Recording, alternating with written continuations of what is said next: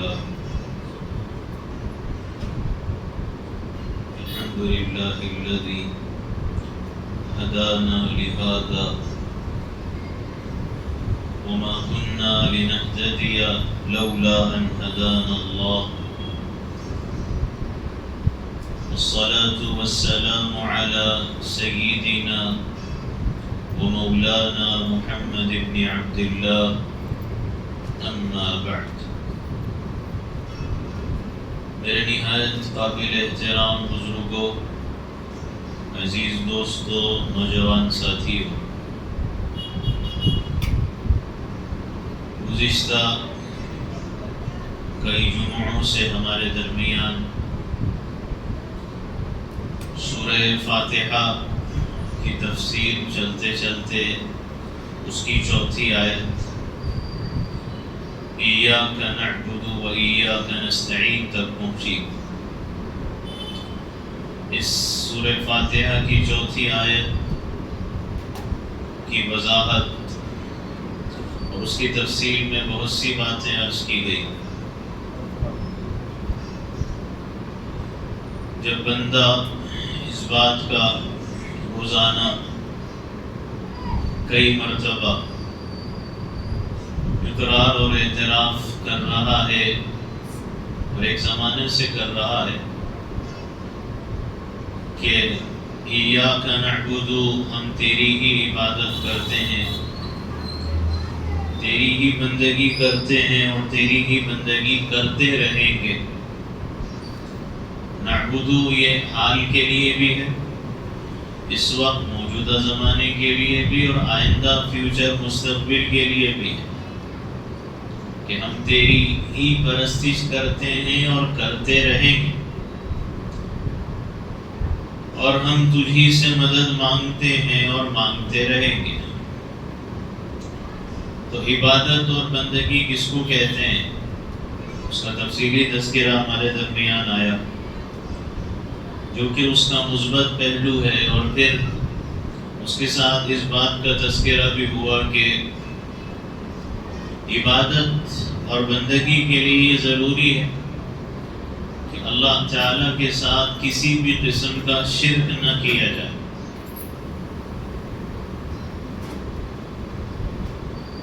شرک کئی طرح کا ہوتا ہے، اس کی کئی قسمیں ہیں، بہت سی قسمیں،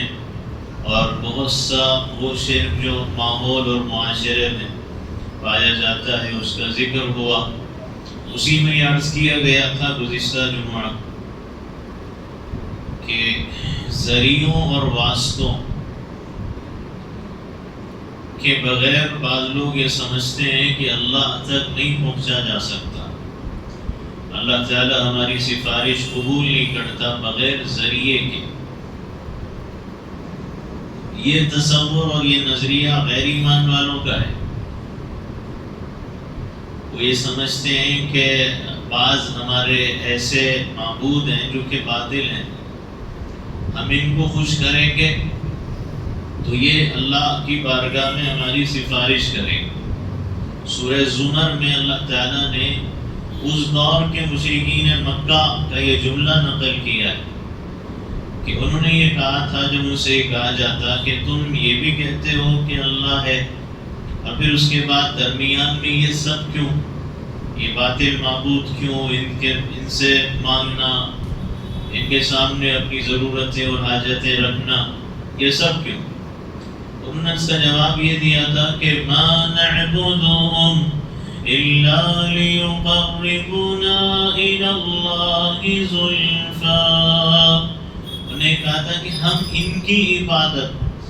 اس لیے کرتے ہیں تاکہ یہ ہمیں اللہ تک پہنچا دے. یہ درمیان کا ذریعہ ہے اللہ تک پہنچانے کا، اسی لیے ہم ان کی پرستش کرتے ہیں، ورنہ اصل تو ہم اسی کو مانتے ہیں. تو یہ غیر ایمان والوں کا تصور مشرکین کا، حضار کا بھی رہا، موجودہ زمانے کے مشرکین کا بھی ہے. تو اگر کلمہ پڑھنے والوں کے اندر بھی یہ تصورات اور یہ نظریات موجود ہیں تو پھر کلمہ پڑھنے والا روزانہ اللہ ہی کی عبادت کا اقرار کرنے والا بھی پھر شرک میں شامل ہو جائے گا، اور اس کے عقائد نظریات میں شرک داخل ہو جائے گا۔ کلمہ پڑھنے والوں میں بعض ایسے ہیں کہ وہ بعض مخصوص دنوں میں پھولوں سے سجاتے ہیں گھروں کو، بعض لوگ عود کا دھواں دیتے ہیں اور پھر یہ تصور رکھتے ہیں کہ کچھ لوگوں کو جمع کر لیا جائے، اور جمع کرنے کے بعد لوگ جب جمع ہوتے ہیں تو یہ کہتے ہیں کہ فلاں شخص آ رہے ہیں، فلاں شخصیت اور فلاں ہستی آ رہی ہے، لہٰذا تم بڑے ادب احترام سے بیٹھ جاؤ اور اپنی اپنی جو ضرورتیں ہیں، حاجتیں ہیں اور ضروریات اور مسائل تم پیش کرنا شروع کر دو، وہ تمہاری سنیں گے، تمہاری فریاد سنیں گے اور اس کو قبول کر کے تمہاری مدد کریں گے، اور اس طرح اللہ تعالیٰ کی بارگاہ تک تمہاری فریادوں کو پہنچا دیں گے۔ یہ تصورات نظر آتے ہیں بعض کلمہ پڑھنے والوں میں۔ بعض لوگ ایسے ہیں جو خاص مقامات پہ جا کے درخواستیں لٹکا دیتے ہیں کہ درخواستیں لٹکا دو گے تو پھر یہ یہاں سے وہاں تک اللہ تک بات پہنچے گی، اور پھر اللہ تعالیٰ پھر ہماری فریاد بھی سنے گا، ہماری درخواست بھی اللہ قبول کرے گا۔ یہ اس طرح کے نظریات، تصورات پائے جاتے ہیں۔ کلمہ پڑھنے والوں کے اندر یہ تصورات ہیں، یہ عقائد اور یہ نظریات ہیں۔ حالانکہ کلمہ پڑھنے والا، اس کا یہ عقیدہ اور نظریہ ہونا چاہیے کہ میں جب اللہ ہی کی عبادت پرستش کرتا ہوں تو میں پھر راستے میں، درمیان میں مجھے ذریعوں کی کیا ضرورت ہے اللہ تک پہنچنے کے لیے، کہ اس کے بغیر اللہ تعالیٰ میری فریاد ہی نہیں سنے گا، میری دعائیں قبول نہیں کرے گا۔ بعض لوگ یہ سمجھتے ہیں کہ جیسے پرائم منسٹر تک پہنچنا ہے، پریسیڈنٹ تک پہنچنا ہے، وزیر اعظم اور صدر تک پہنچنا ہے، بادشاہ تک پہنچنا ہے، تو درمیان میں منسٹر ضروری ہے،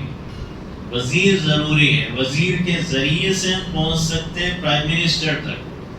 تو اس لیے اللہ تک پہنچنے کے لیے بھی کوئی درمیان میں ضروری ہے۔ اس طرح کا نظریہ ہے۔ بعض لوگ یہ کہتے ہیں کہ بھئی ہم گناہ گار، ہم سیاہ کار، ہم خطا کار، ہم بدکار، تو اللہ تعالیٰ ہم گناہ گاروں کی براہ راست فریاد کیسے سنے گا؟ اللہ ڈائریکٹ ہماری دعا کیوں کیسے قبول کرے گا؟ اس لیے درمیان میں کچھ ایسے ذریعے ہونے چاہیے کہ جو جنہوں نے زندگی میں اللہ کی نافرمانی نہیں کی، نیک لوگ ہیں، تو درمیان میں ذریعہ ان کا ضروری ہے، تبھی اللہ تعالیٰ ہمیں معاف بھی کرے گا، ہماری توبہ بھی قبول کرے گا، ہماری دعاؤں کو سنے گا۔ یہ تصورات، یہ نظریات پائے جاتے ہیں بعض کلمہ پڑھنے والوں میں، حالانکہ اللہ تعالیٰ کسی ذریعے کا محتاج نہیں۔ اور اگر یہ سمجھ کے کہ یہ ذریعہ لازم اور ضروری ہے، اگر کوئی یہ سمجھ کے مانگتا ہے، پکارتا ہے، درخواستیں لٹکاتا ہے، فریادیں کرتا ہے، تو وہ اللہ تعالیٰ کے ساتھ شرک کر رہا ہے، باوجود یہ کہ روزانہ اسی کی پرستش کا اقرار ایاک نعبد سے ہے،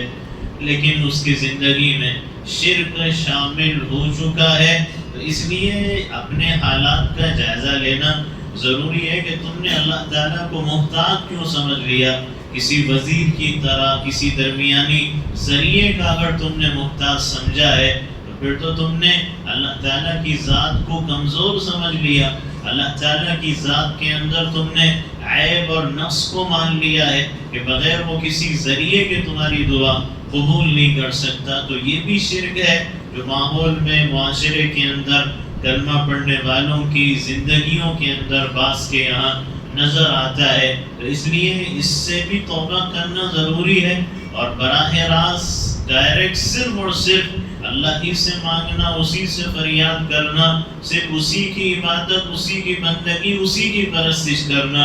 یہ ضروری ہے۔ اور اسی طرح جب ہم یہ اقرار کر رہے ہیں کہ اللہ ہم تیری ہی عبادت بندگی کرتے ہیں اور کرتے رہیں گے،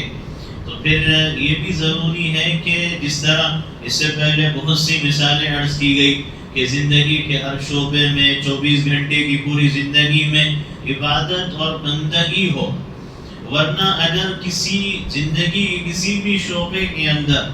اور زندگی کے کسی بھی مسئلے کے اندر ہم نے کسی اور کو شامل کر لیا تو یہ شرک میں داخل ہو جائے گا۔ غور کرنے کی بات یہ ہے کہ مشہور و معروف واقعہ ہے سیدنا عدی ابن حاتم رضی اللہ عنہ کا۔ پہلے نصرانی مذہب کو ماننے والے، عیسائی مذہب کو ماننے والے تھے، بعد میں اسلام میں داخل ہوئے، صحابی رسول بنے۔ تو سیدنا عدی ابن حاتم رضی اللہ عنہ نے سورہ توبہ کی آیت نمبر 31 ہے جو اللہ تعالیٰ نے نازل کی، اور اس میں اللہ تعالیٰ نے ارشاد فرمایا کہ اتخذوا احبارهم ورهبانهم اربابا من دون الله والمسيح ابن مریم۔ تو اس آیت میں اللہ تعالیٰ نے یہ فرمایا کہ یہود نے اور نصارہ نے اپنے پادریوں کو، اپنے پوپوں کو، اپنے مذہبی پیشواؤں کو اللہ کے علاوہ اپنا رب بنا لیا،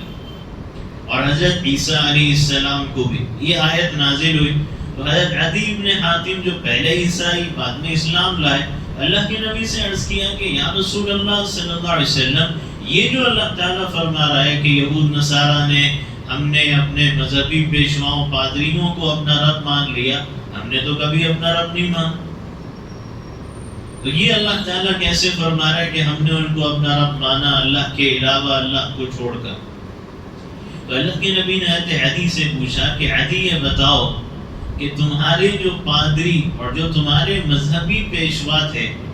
اگر وہ اللہ کی طرف سے کسی حلال کی ہوئی چیز کو حرام قرار دیتے تو کیا تم ان کی بات قبول کر لیتے تھے؟ کہنے لگے ہاں یہ بات تو تھی۔ اور اگر وہ اللہ تعالیٰ کسی چیز کو حلال قرار دے، وہ حرام کر دے، تم مان لیتے تھے؟ اللہ تعالیٰ کسی چیز کو حرام قرار دے، وہ حلال قرار دے تو تم مان لیتے تھے؟ تو بالکل مانتے تھے اللہ کے نبی، یہ تو ہوتا تھا۔ تو اللہ کے نبی نے فرمایا کہ یہی تو رب ماننا ہے، یہی تو خدا ماننا ہے، یہ بھی تو عبادت اور پرستش ہے۔ یعنی حضرت عدی کے ذہن میں یہ تھا، جس طرح کہ عام طور پہ آج کے دور میں بھی، موجودہ زمانے میں بھی مسلمانوں کے ذہن میں یہی ہے کہ صاحب ہم خدا تھوڑی مان رہے ہیں، صاحب ہم جیسے اللہ کے لیے رکوع سجدہ کرتے ہیں، عبادت کرتے ہیں، ہم ویسے تھوڑی کر رہے ہیں، تو یہ خدا ماننا کیسے ہو گیا، یہ شرک کیسے ہو گیا؟ تو ان کے ذہن میں بھی یہ تھا کہ ہم نے ان کو تھوڑی اپنا رب کہا، ہم نے تھوڑی یہ کہا کہ تم ہمارے خدا ہو، ہم نے یہ تھوڑی کہا کہ تم ہمارے معبود ہو۔ لیکن اس کے باوجود اللہ یہ کیوں فرما رہا ہے؟ تو اللہ کے نبی کے جواب سے یہ پتہ چلتا ہے کہ وہ حقوق اور وہ اختیارات جو صرف اللہ ہی کے لیے ہے، اگر وہ حقوق اور اختیارات اللہ کے علاوہ کسی کو دے رہے ہو تو یہ بھی شرک ہے۔ یہ ہے شرک فی الحقوق، شرک فی الاختیارات۔ اختیارات میں آپ شریک بنا رہے ہو کسی اور کو اللہ کے لیے جو خاص حقوق ہیں اس کے اندر، یعنی حلال کرنا، حرام کرنا، اختیار تو اللہ کو ہے۔ تو اگر آپ کسی بندے کی اس معاملے میں مان رہے ہو تو آپ اس کو اس میں شریک بنا رہے ہو۔ یہ اللہ کے نبی علیہ السلام نے بتایا، اس لیے کہ یہود و نصارہ کے جو علماء تھے، ان کے جو مذہبی پیشوا تھے، انہوں نے کیا یہ تھا کہ بہت سے احکامات کے اندر جو حضرت موسیٰ پہ، حضرت عیسیٰ پہ نازل ہوئے، تو انہوں نے اس میں تحریف کر دی، تبدیلی کر دی، اپنی طرف سے ملاوٹ کر دی، کمی کر دی یا اضافہ کر دیا۔ جیسے آخری نبی سیدنا و مولانا محمد رسول اللہ صلی اللہ علیہ وسلم کی آمد ان کی کتابوں میں لکھی ہوئی تھی کہ آپ آئیں گے، حلیہ یہ ہوگا، یہ انداز ہوگا، یہاں پیدا ہوں گے، وہاں ہجرت کریں، تفصیلات موجود تھی، لیکن انہوں نے چھپایا، اپنی عوام سے چھپایا، دھوکہ دیا کہ نہیں ایسا نہیں ویسا ہے،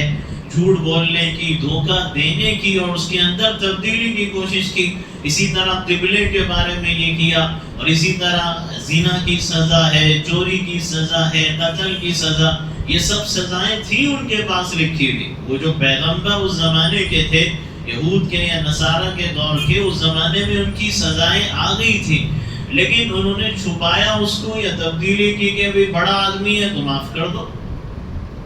مالدار آدمی ہے تو سزا مت دو، غریب ہے تو سزا دے دو، اس کے اوپر حد جاری کر دو، زنا کی ہو، چوری کی ہو، قتل کی ہو۔ اور پھر اس میں اپنی طرف سے احکام بیان کرنا، اپنی طرف سے مسائل بیان کرنا، تو حلال کو حرام اور حرام کو حلال کرنا.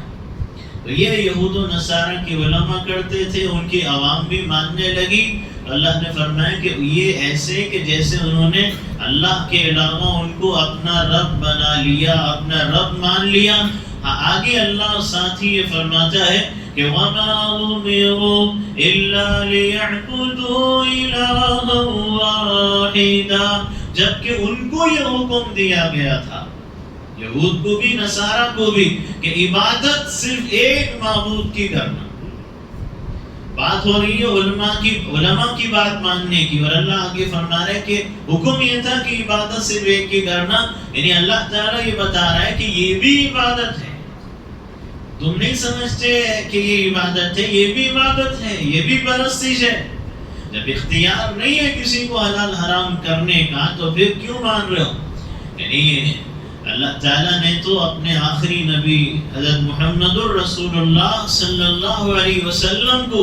جب آپ نے شہد کو اپنے اوپر حرام قرار دیا، خاص واقعہ ہے، تو آپ نے اس موقع میں فرمایا کہ میں شہد نہیں پیوں گا آپ سے.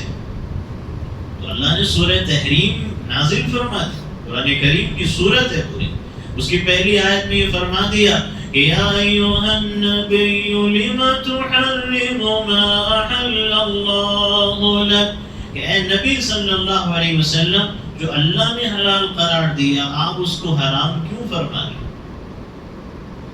اللہ کے نبی علیہ السلام نے اس موقع پہ آپ نے چونکہ اس بات کا ارادہ فرمایا، قسم کھائی تھی، آپ نے کفارہ ادا فرمایا. یعنی اللہ تعالیٰ نے یہ بتایا ہے کہ نبی کو بھی ہم نے اپنی اختیار سے حلال حرام کا اختیار نہیں دیا. بے شک اللہ کے رسول صلی اللہ علیہ وسلم اللہ کے حکم ہی سے کہتے ہیں جو کہتے ہیں. اللہ نے سورہ نجم میں یہ اعلان فرما دیا کہ وَمَا يَنطِقُ عَنِ الْهَوَىٰ إِنْ هُوَ إِلَّا وَحْيٌ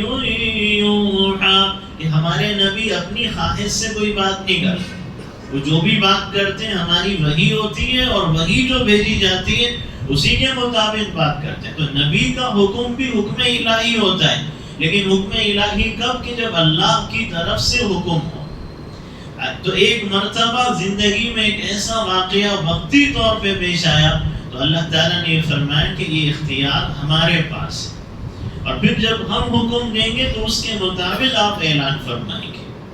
تو یہ اللہ نے اپنے نبی علیہ السلام کو بتایا. تو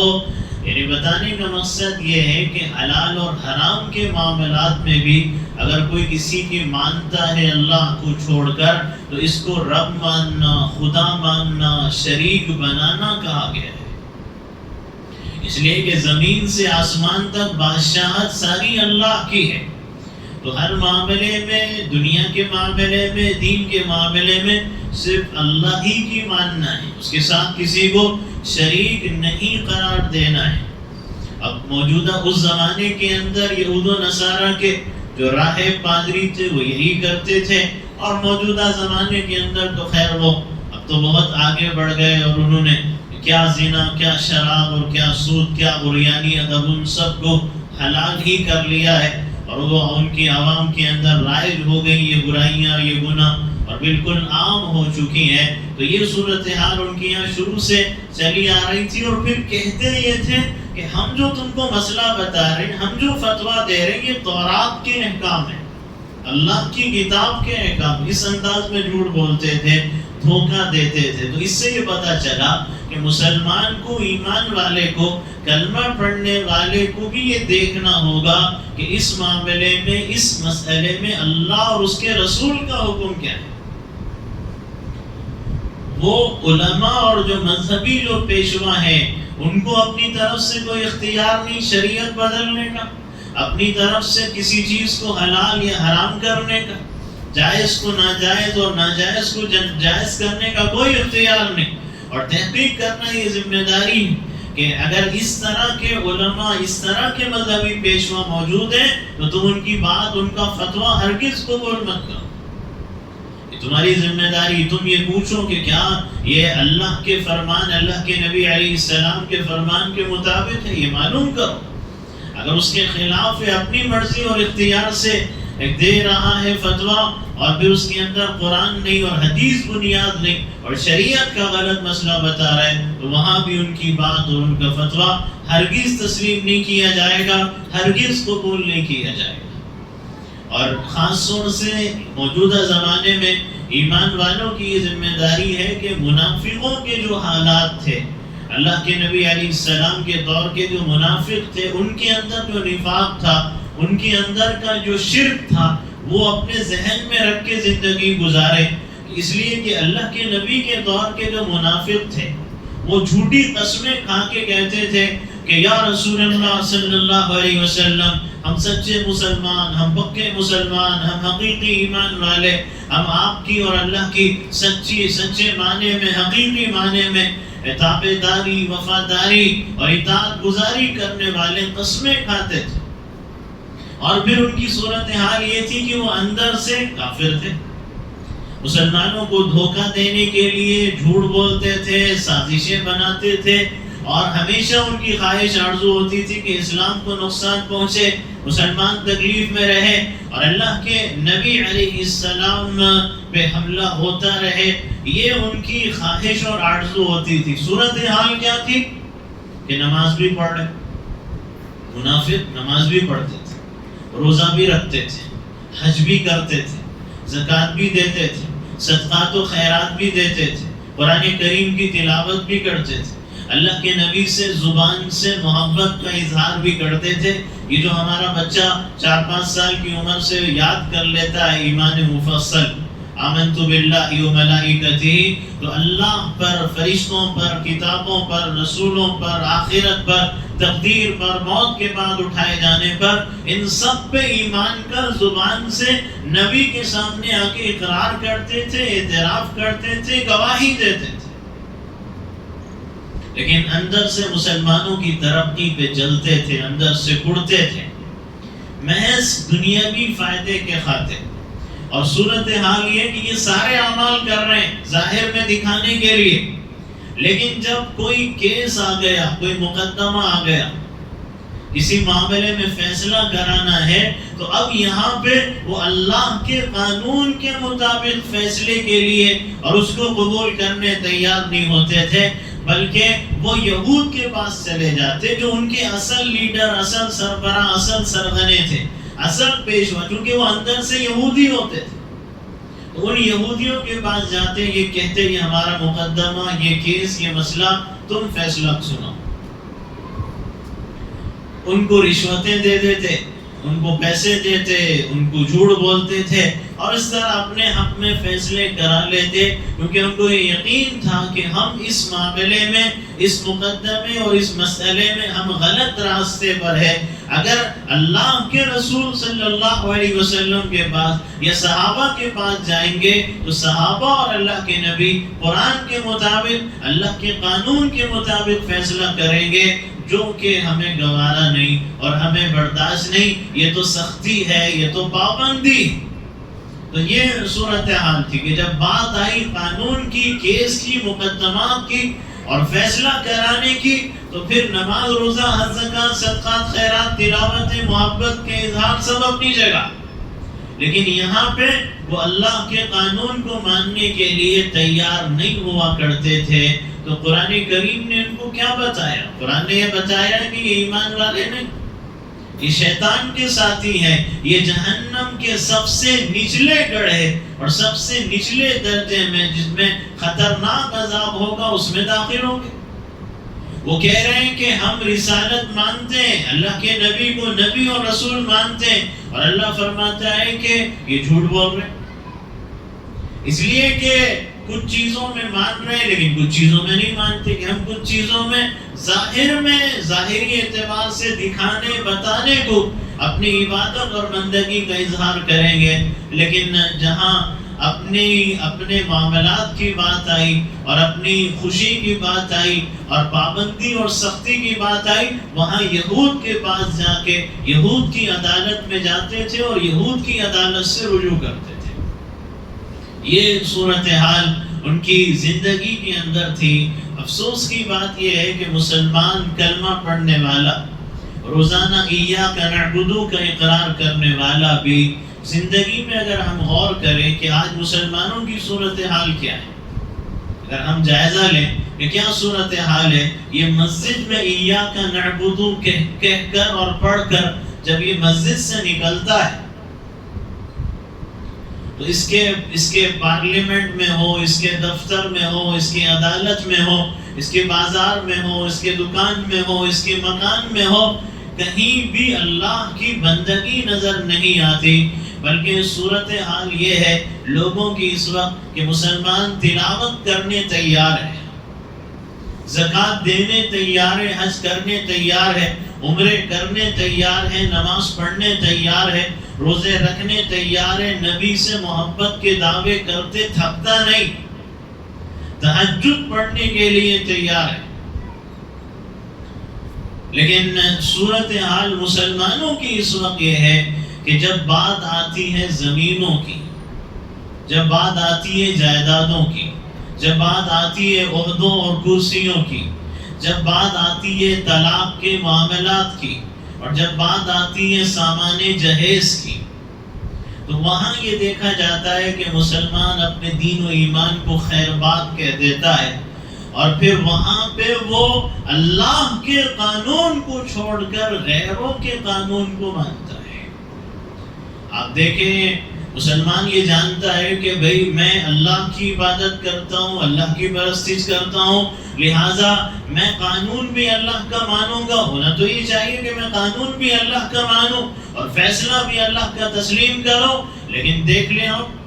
طلاق کے معاملات میں فیصلہ کرانے غیر مسلموں کی عدالت سے مسلمان رجوع ہوتا ہے، خلا کے معاملات میں فیصلہ کرانے غیر مسلموں کی عدالت سے رجوع ہوتے ہیں، کیونکہ میں اگر علماء کرام اور مفتیان نظام کے پاس جاؤں گا وہ تو اللہ کا قانون سنائیں گے، اور جب اللہ کا قانون سنائیں گے تو پھر کسی کو بے عزت کرنے کا موقع بھی نہیں ملے گا، اپنا غصہ نکالنے کا موقع بھی نہیں ملے گا، بدلہ لینے کا موقع نہیں ملے گا، انتقام کی جو آگ ہے وہ بھڑکتی رہے گی، بجھے گی کب؟ اگر علماء اور مفتیان نظام کے پاس چلا گیا تو وہ جو پیسے نکالنا ہے جھوٹے کیس ڈال کے ملیں گے نہیں پیسے، وہ تو دنیاوی مفاد کے لیے، مال بٹورنے کے لیے، پیسے جمع کرنے کے لیے جھوٹے کیسز ڈال کر، جھوٹے الزامات لگا کر، رشوتیں کھلا کر یہ غیر مسلموں کی عدالت سے رجوع ہوتا ہے کہ نہیں طلاق کے معاملے میں ہم وہ عدالت میں جائیں گے۔ کس کی عدالت ہے بھئی؟ جب تم مسلمان ہو تو اللہ کا قانون مانو، تم غیر ایمان والوں کی عدالت میں کیوں جا رہے ہو؟ تم پر کوئی سختی پابندی ہے؟ تم فیصلہ یہاں بھی آ کے کرا سکتے ہو، لیکن تم وہاں جا رہے ہو طلاق کے معاملات میں اس لیے کہ بے عزت کرنے کا موقع ملے گا، کسی کو جیل میں ٹھونسنے کا موقع مل جائے گا، مال بٹورنے کا موقع مل جائے گا، غصہ نکالنے کا، بدلہ لینے کا موقع مل جائے گا۔ خلا کے معاملات ہے، تم مسلمان ہو نا، تم تو قرآن مانتے ہو نا، تم تو اللہ کی عبادت کرتے ہو نا، تم اللہ کے ساتھ کسی کو شریک نہیں کرتے، تو آؤ اللہ کا قانون پوچھو عالم سے، پوچھو مفتی سے، آؤ دارالفتاء، آؤ دارالقضاء۔ تم غیر ایمان والوں کی عدالت سے رجوع ہونا کیوں ضروری سمجھتے؟ تم جب وہاں جاؤ گے تو وہ اپنے مطابق فیصلہ کریں گے جو قانون ان کا ہے، لیکن تم کو مجبور کس نے کیا؟ تم کو مجبور تمہارے ایمان کی کمزوری نے کیا ہے، تم کو مجبور تمہارے عقیدے کی خرابی نے کیا، تم کو مجبور تمہارا جو دنیا کے مفاد حاصل کرنے کا جذبہ ہے اس نے کیا۔ زمین و جائیداد کے معاملات، آؤ مفتی صاحب کے پاس، آؤ عالم صاحب اللہ کا قانون کیا ہے، اسی کے مطابق میں زمین تقسیم کروں گا، اسی کے مطابق گھر تقسیم کروں گا، اسی کے مطابق پلاٹس اور پراپرٹیاں اور جائیدادیں تقسیم ہوگی صاحب۔ بس جو اللہ کا قانون ہے، میں اللہ کو ماننے والا، اس کی عبادت کرنے والا، میں کیوں جاؤں کسی اور کے قانون کو ماننے کے لیے اور ان سے فیصلہ کرانے کے لیے؟ یہاں آتے فیصلہ کرا لیتے۔ لیکن زمینوں، جائیدادوں، طلاق، خلا، سامان جہیز کے معاملات، پتہ ہے کہ نہیں جہیز نہیں لیا ہے لیکن ڈالو، صاحب ڈوری کیس ڈالو، اس لیے کہ جب تک نہیں ڈالو گے پیسہ کہاں سے نکلے گا، بے عزت کیسے وہ ہوگا، میرا غصہ کیسے ختم ہوگا، میری آنکھ کیسے بجھے گی، انتقام کی مال کیسے بٹوروں گا. تو اس لیے ڈالو کیس، ڈوری کیس ڈالو، جھوٹے کیسز، جھوٹے مقدمات بناؤ اور ڈالو. تو غیر ایمان والوں کی عدالت سے رجوع ہونا اور پھر انسانوں کے قانون کو یہ تسلیم کرنے تیار ہے، اللہ کے قانون کو ماننے اور تسلیم کرنے کے لیے تیار نہیں. کہ عورتیں کہہ رہی ہیں صاحب ہم کو بھی چاہیے برابر، لڑکیاں کہتی ہیں لڑکوں کے برابر چاہیے، عورتیں کہتی ہیں مردوں کے برابر چاہیے. تو کچھ معاملات میں تو اللہ کا دین منظور ہے، لیکن کچھ خاص ایسی چیزیں ہیں کہ وہ اللہ کا دین منظور نہیں، اللہ کا حکم اور قانون منظور نہیں. اب تو یہ صورتحال ہو گئی موجودہ زمانے میں کہ جہاں پہ مسلم حکومتیں اور مسلم ممالک ہیں، وہاں پہ بھی اگر اللہ کا قانون نافذ کرنے کی کوشش کی جاتی ہے تو خود مسلمانوں کو دیکھا گیا وہ احتجاج کو نکل گئے، جلسے جلوس شروع ہو گئے، ہم پہ سختیاں لگاؤ گے، ہم پہ پابندیاں لگاؤ گے. کیا سختی کیا پابندی، ہمیں اللہ کے قانون کے مطابق چلنے پہ تم مجبور کرو گے. نہیں یہ سختی اور پابندی گوارا نہیں، ہمیں آزادی چاہیے. ہاں پڑھیں گے نماز روزہ حج زکات صدقات خیرات جو بھی ہے وہ کر لیں گے، تلاوت وغیرہ اس میں کمی نہیں آئے گی، لیکن پردہ نہیں، ہم سے نہیں ہو سکتا. ہم سے پردے کی پابندی یہ ہم سے نہیں ہو سکتی. اسلامی لباس نہیں صاحب یہ ہم سے نہیں ہو سکتا. سنت والا اولیاء اللہ کے نبی کا نہیں صاحب یہ ہم سے نہیں ہو سکتا. بعض لوگ تو ایسے ہیں کہ مسلمان کہلانے والے، کلمہ پڑھنے والے، لیکن وہ خود دین کے علم کا لبادہ اوڑھ کر وہ خود اسلام کے اندر جو سزائیں بتائی گئی، مثال کے طور پہ زنا پہ ہے، چوری پہ ہے، قتل پہ ہے، اس کے اوپر اعتراضات کرتے ہیں، اس پہ تنقیدیں کرتے ہیں کہ یہ تو سختی ہے، یہ پابندی ہے، یہ ظلم اور زیادتی ہے، اس کو ختم ہونا چاہیے، یہ ہم کو برداشت نہیں اور یہ ہم کو گوارا نہیں. تو یہ صورتحال نظر آتی ہے کہ ان کو اللہ کا دین چند معاملات میں منظور ہے جہاں پہ بات سختی اور پابندی کی نہ ہو، جہاں نفس کے خلاف کوئی بات ہو، اپنی آرزوؤں اور جذبات اور خواہشات کے خلاف بات ہو، وہاں ان کو اللہ کا قانون منظور نہیں ہے. یہ صورتحال لوگوں کی دنیا کی زندگی میں نظر آتی ہے کہ صاحب ہم عبادت کے لیے مسجد آنے تیار ہیں، لیکن ہمیں تعلیم اور تربیت اپنے بچوں کی انگریزوں کے طریقوں پر، عیسائیوں کے طریقوں پہ کرنے دو. صاحب ہم عبادت کریں گے، صاحب ہم نماز روزہ ادا کریں گے، لیکن یہ جو جہاں تک بزنس اور تجارت کی بات ہے نا، یہ یورپ اور امریکہ کے طرز پہ کرنے دو صاحب. یہ کیا ہے، ادھر بھی دین، ادھر بھی دین، ادھر بھی اللہ کا حکم، ادھر بھی اللہ کا حکم. یہ ہم سے نہیں ہو سکتا، یہ بہت سختیاں ہیں، یہ بڑی پابندیاں ہیں. تو یہ صورتحال نظر آتی ہے مسلمانوں کی، کلمہ پڑھنے والوں کی، لیکن اس کے باوجود بھی اپنے حالات کا جائزہ لینے کے لیے تیار نہیں. اور کبھی کوئی یہ نہیں سوچتا کہ میں اللہ کے قانون کو چھوڑ کر کسی اور کا قانون، اللہ کے حکم کو چھوڑ کر اگر کسی اور کا حکم مان رہا ہوں تو کیا یہ شرک نہیں ہو رہا زندگی میں؟ اور کیا یہ اللہ کی بندگی کو ہم نے محدود چیزوں تک نہیں سمجھ لیا؟ پوری زندگی کے اندر بندگی کا مزاج میرے کب پیدا ہوگا، اور ہر طرح کے اور ہر قسم کے شرک سے میں کب توبہ کروں گا؟ تو اس لیے جو بار بار اقرار اور اعتراف ہے اسی کے مطابق اپنی زندگیوں کو ہم نے گزارنا ہے. یہی ہم سے تقاضا اور مطالبہ سورہ فاتحہ کی تلاوت سے ہے، اور اسی لیے بار بار ہم سے سورہ فاتحہ روزانہ پڑھوائی جا رہی ہے. دعا ہے حق جل شانہ ان باتوں کو سمجھنے اور اس پر عمل کرنے کی توفیق عطا فرمائے. دعاؤں کی گزارشات آئی ہیں.